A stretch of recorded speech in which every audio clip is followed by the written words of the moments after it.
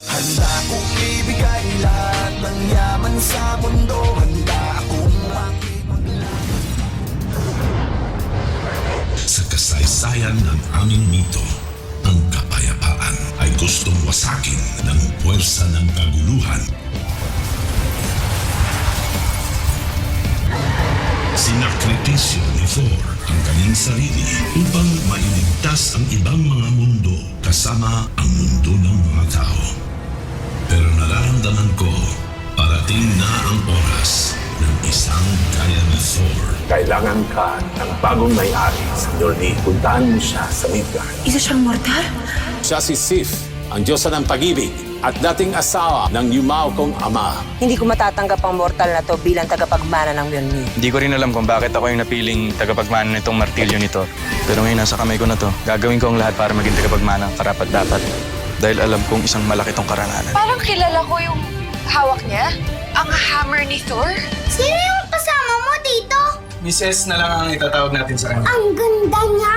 Naghahanap lang ng pansamantalang matutuluyan. Huwag kayong magalala. Magbabayad ako. Hanapan mo ng balot yung buhok mo kasi masyadong agaw pansin eh. Mahalagang makasabay tayo sa mga tao habang nandito tayo. Gusto ko pa kayong makasama kesa sa hangal na si Modi. Pero kailangan kong tulong niya para mapasakamay ko ang Mjolnir at kigisingin ko kayo sa inyong pagkahimlay. I've decided na gawin po ang gusto ni Dad. Tatanggapin ko na po ang offer sa news station. Hindi naman kumain ng mga na-damage na yan. Hindi na babalita ang mga natulungan ng mystery hero gaya ko. Baka pwedeng ito na ang first assignment ko. Tapos baka eventually, baka matuklasan ko kung sino ba talagang lalaking to. Huwag na tayo magsayang ng oras, Victor. Kailangan natin magsama. Hindi tumitigil si Loki sa paghanap sa ating dalawa. Hindi mo man lang sigurong patay si Sif bago siya tinapon. Lubang mahina ang dating asawa ng aking ama. Kaya hindi ako nag-aalala kung buhay pa si Sif. Alam niyo bang may martilyo gang na dito sa atin? Tapos nambibiktima pa sila ng mga nagbebenta ng alahas. Martilyo ka? Kapatay! Huwag po yung anak ko! Tumahimik ka! Huwag ka titingin!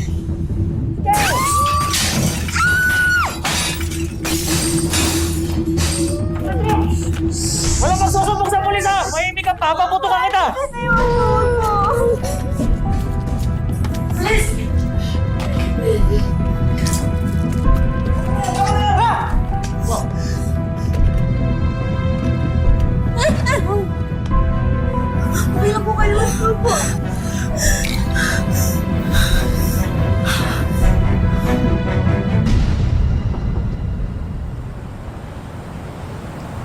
Sayang naman yung gold na binigay sa atin ni Miss S. Pandagdag sana natin sa bahay. Siyempre na ka. Kung di tayo nangangailangan ng pera, mas na naaabot sa ganito. Huwag niya sisihin yung sarili niya pa. Ang mahalaga hindi sinaktan si ate. Mahirap namin maituro yung mga nambiktima sa amin kasi nakatakip yung mga mukha nila eh. Babe, sorry ah. Hindi kita nasamahan kanina. Alay ba natin na mabibiktima kami ng martilyo gang? Sorry. Teka lang ah. Sorry ate. Sige lang.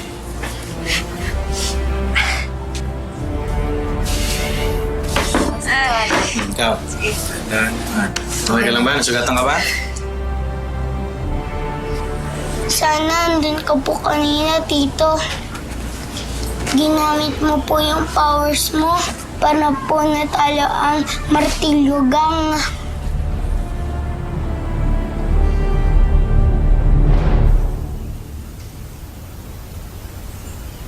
Natatakot ka na naman bang masaktan? Gusto sana ako ipagpaalam eh. Talunin mo muna ako.